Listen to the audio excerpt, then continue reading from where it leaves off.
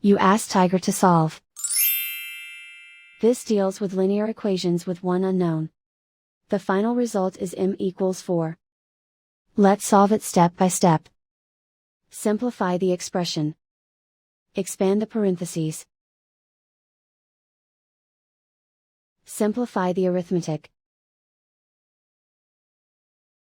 Swap sides.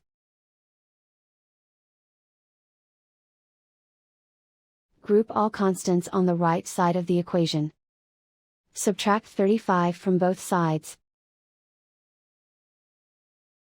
Simplify the arithmetic.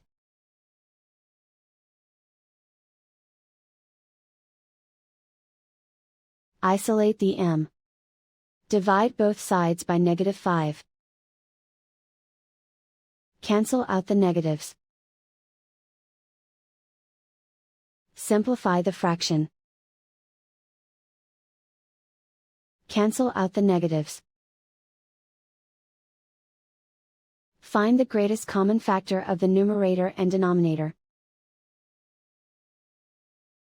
Factor out and cancel the greatest common factor.